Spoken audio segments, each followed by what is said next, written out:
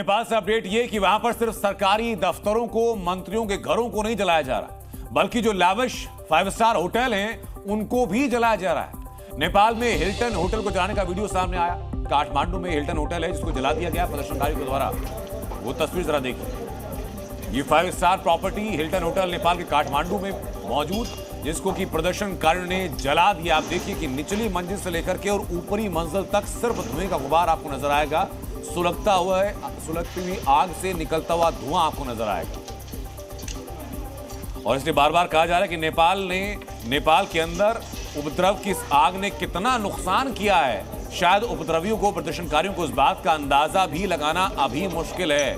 लेकिन जो आर्थिक जानकार हैं नेपाल की स्थिति को देखते हुए कह रहे हैं कि नेपाल कम से कम 1 दशक पीछे जा चुका है और अब उसे बाहरी सहायता की जरूरत होगी, खुद को स्टेबलाइज करने के लिए, खुद को रिवाइव करने के लिए, खुद को बेहतर कंडीशन में लाने के लिए और कम से कम वहां लाने के लिए जहां नेपाल 1 हफ्ते पहले हुआ करता था।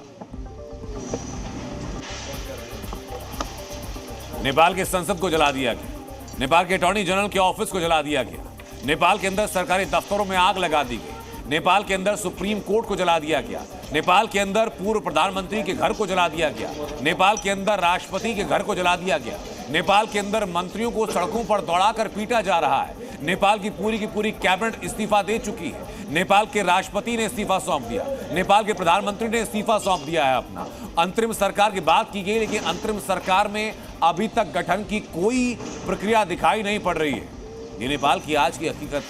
और ये सिर्फ एक पहलू था जिसमें सरकारी संपत्ति को नुकसान पहुंचाया गया, सड़कों को तोड़ दिया गया, दुकानों को जला दिया गया, जो अमीर उद्योगपति हैं उनके घरों में लूटपाट कर दी गई, तो वहीं जो प्राइवेट प्रॉपर्टीज हैं, जो 5 स्टार होटल्स हैं, उनको भी जला दिया गया।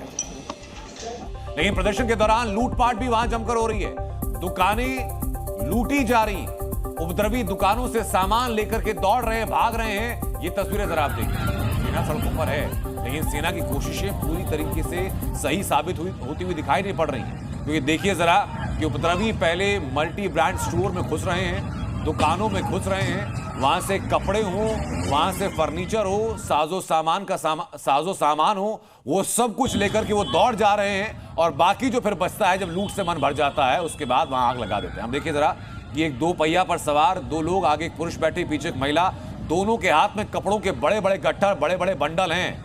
लूट मची हुई है नेपाल के अंदर कि जितने मल्टी ब्रांड स्टोर हैं, वहां ले जाकर के अपने काम का सामान, जो सामान काम का नहीं भी है, जितना कुछ हाथ लग रहा है, उसको लेकर के अपने साथ लोग भाग जा रहे हैं।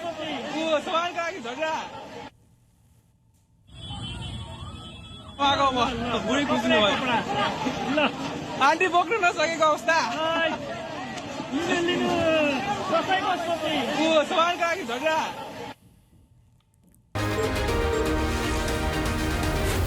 Z News.